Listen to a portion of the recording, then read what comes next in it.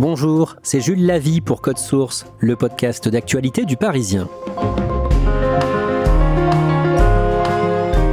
Code Source participe au Podcaston cette année, comme c'est le cas depuis la première édition il y a 3 ans. Des centaines de podcasts mettent en avant l'association de leur choix. Lancé en France en 2023, le Podcaston est suivi désormais dans 47 pays par plus de 1500 podcasts au total. Aujourd'hui, Code Source a choisi de mettre en avant l'association Mon âme sœur, une association basée à Aubonne dans le Val d'Oise qui vient en aide aux victimes de violences conjugales. Les 2 fondatrices de cette association ont toutes les 2 été confrontées à ce fléau de façon différente, Cathy Salvador et Catherine Goujard de Lambre. Dans Code Source, elles racontent leur histoire et leur engagement associatif au micro de Barbara Gouy.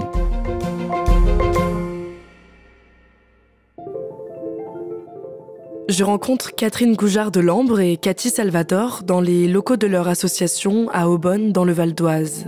Elles ont respectivement 59 et 57 ans.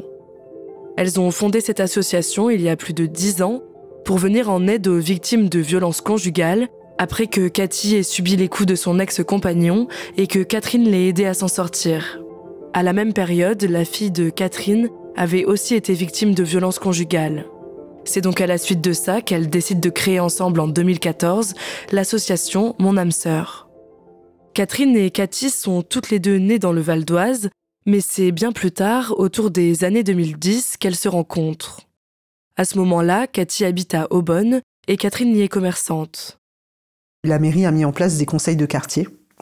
Et du coup, on s'est retrouvés lors d'un conseil de quartier et on a lié connaissance. Et puis voilà, on est devenus amis par la suite.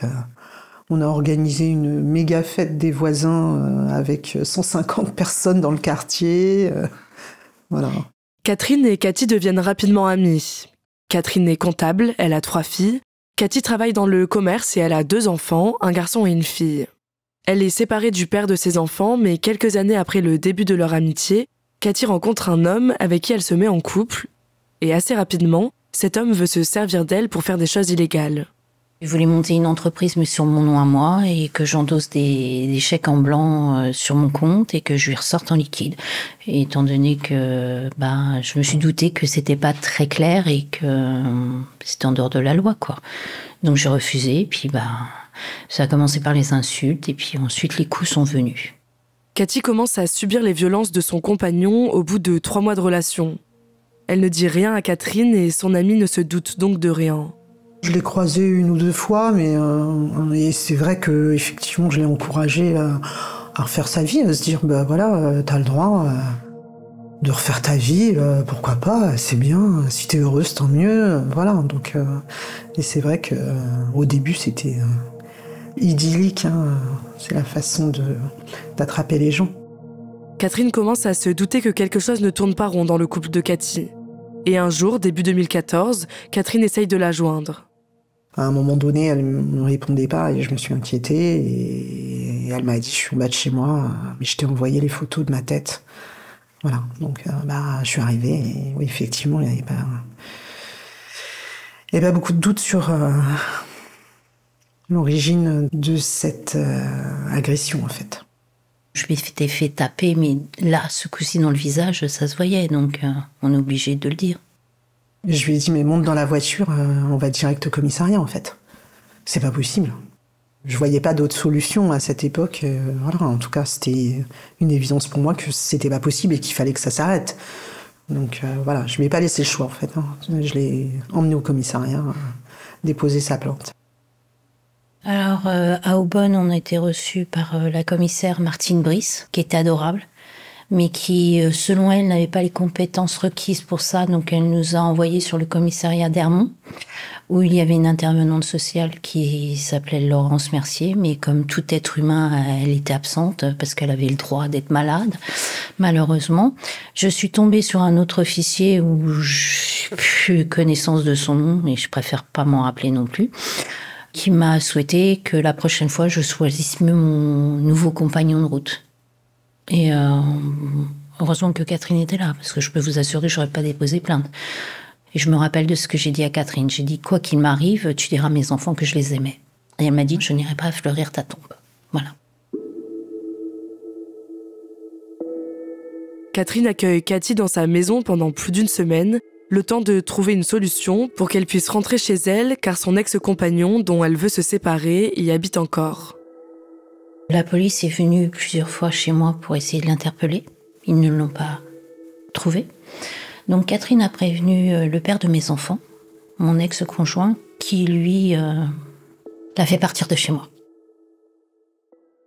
Cathy peut donc rentrer chez elle. À ce moment-là, les 2 amis pensent en avoir terminé avec les violences conjugales. Mais quelques mois plus tard, c'est la fille de Catherine qui en est victime. On est à la fin du mois de mai 2014 et Catherine est alertée en pleine nuit.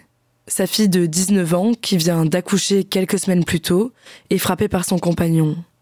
J'ai sauté dans mes affaires, j'ai couru, je suis arrivée pratiquement en même temps que la police. Voilà, et puis j'ai découvert au balcon ma fille, qui ne parlait pas, mais qui suppliait des yeux, en fait. C'est des choses qu'on n'oublie jamais. Donc elle a été libérée avec son bébé, qui avait 3 semaines à l'époque. Voilà, et puis derrière, on a été auditionnés, elle et moi, pendant à peu près 3 heures au commissariat. Et effectivement, j'y connaissais pas grand-chose à cette époque. Et je l'ai vue signer son audition, et pour moi, j'étais persuadée qu'elle avait déposé plainte. C'était pas le cas. Du coup, il n'a jamais été jugé pour les violences conjugales, puisqu'il n'a jamais eu de dépôt de plainte.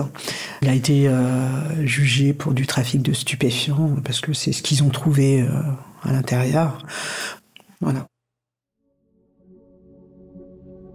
Pendant l'audition de Catherine et de sa fille, elle raconte les violences qu'elle a subies, mais seul le trafic de stupéfiants est retenu contre lui. Elle le découvre lors du procès. La fille de Catherine décide alors de ne pas retourner dans les démarches administratives pour déposer plainte pour violence conjugale. Pour Catherine, c'en est trop. 2 de ses proches sont victimes de violences conjugales et elle repense à un cadeau qu'elle avait fait à Cathy 3 mois auparavant pour la journée des droits des femmes. Le 8 mars 2014, j'ai dit à Cathy, tiens, je t'ai écrit les statuts d'une association, si jamais tu as envie de dire que ça existe, les violences conjugales, si tu as envie de faire quelque chose de ce qui s'est passé, en fait. Je lui dis, je l'ai appelée mon âme sœur, parce que c'est comme ça qu'elle m'appelle. Je lui dis, tiens, je t'offre ça. Et puis, tout de suite après l'agression de ma fille, je me suis dit, allez, c'est bon, on y va. On a déposé les statuts et on est partis à 2. De toute façon, c'était une évidence. Parce que c'était important aussi de pouvoir redonner ce qu'on m'avait donné. Parce que malheureusement, quand on voit le nombre de personnes qui sont touchées par ce fléau, on se dit que, ne serait-ce qu'on avait dit dès le départ, si on peut en sauver une seule personne, ce sera déjà une de sauvée, quoi. On était vraiment partis pour dire, on va faire du bruit, quoi, faut le dire. Voilà. Et puis très vite, les premiers professionnels sont venus nous rejoindre en bénévolat, psychologues, avocats, etc. Et on s'est formés. Et c'était absolument pas nos métiers. Il fallait absolument qu'on ait des formations, ce qui était normal. On a notre vécu, notre expérience qu'on peut mettre au service des autres, mais il faut quand même de toute façon être formé, c'est évident. Avec Catherine, dès le départ, on s'est dit on va s'entourer aussi de gens qui ont les compétences pour, parce qu'on a besoin d'avocats, on a besoin de psychologues, et on a réussi à avoir des sophrologues, avoir plein de gens avec des compétences diverses et variées, et c'est hyper important. Catherine et Cathy continuent de travailler à côté, mais elles consacrent tout leur temps libre à cette association. Catherine ira jusqu'à faire 60 heures de bénévolat par semaine. Grâce à leur travail acharné, l'association prend rapidement de l'ampleur. Et depuis sa création, Mon âme sœur a permis d'accompagner plus de 2200 victimes de violences conjugales. On est surpris de voir autant de personnes pousser les portes et autant de personnes qui sont dans le désarroi total et qui ont besoin d'un soutien, ou ne serait-ce que d'une oreille pour les écouter, pour les croire.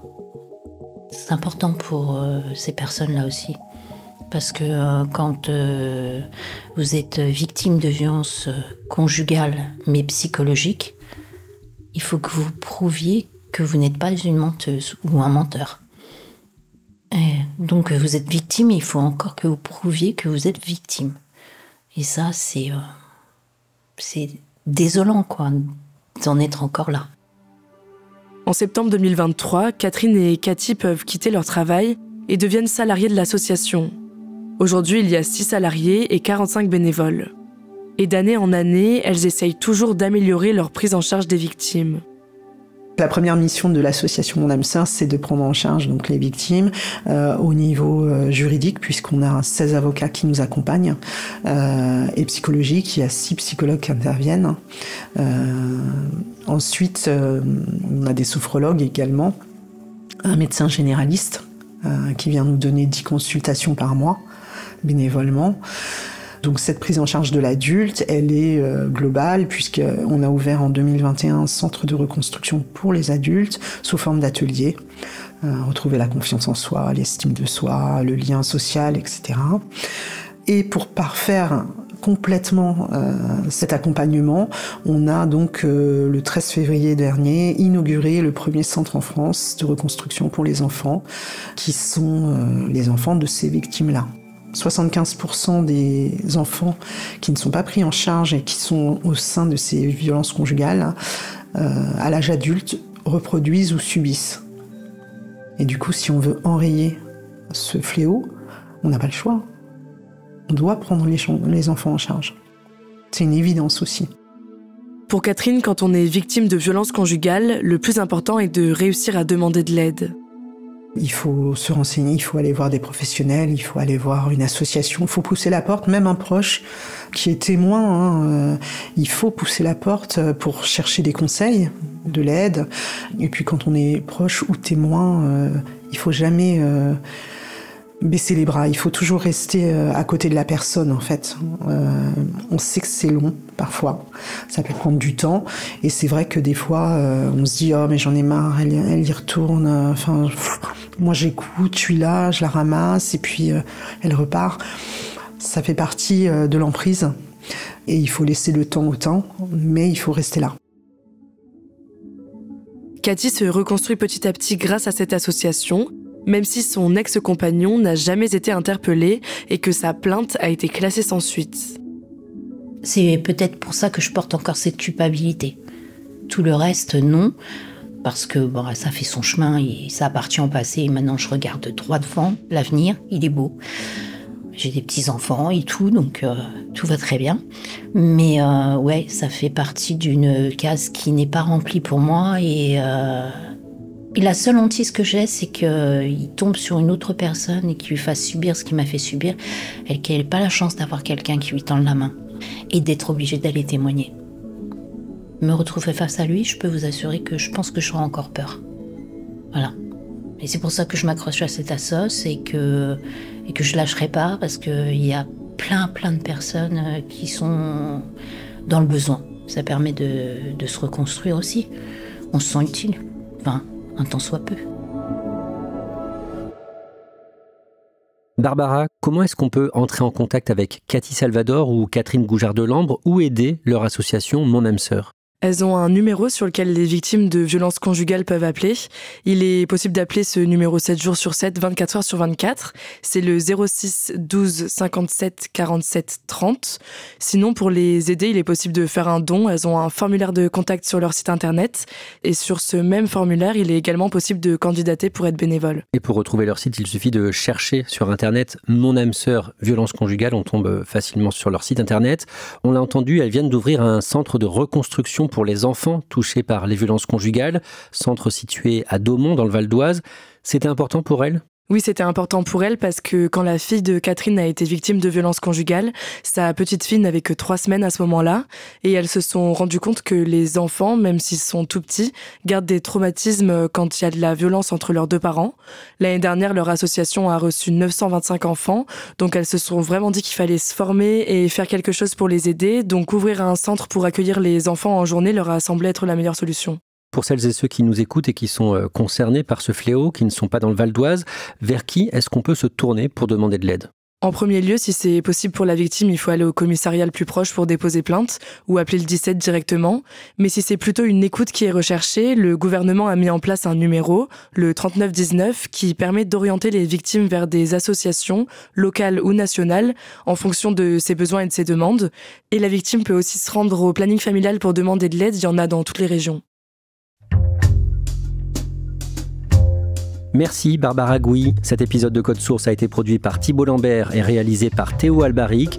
Je rappelle que c'était cette semaine le Podcaston. Plus de 1500 podcasts de 47 pays ont parlé de l'association de leur choix. Nous, c'était donc Mon âme sœur. Vous pouvez retrouver tous ces podcasts et plus d'informations sur podcaston.org. Code Source est le podcast quotidien d'actualité du Parisien. Nous vous proposons un nouveau sujet d'actualité chaque soir de la semaine, du lundi au vendredi. Et puis n'oubliez pas Crime Story, chaque samedi. Crime Story présenté par Claudia Prolongeau avec Damien Delsoni, le chef du service police-justice du Parisien.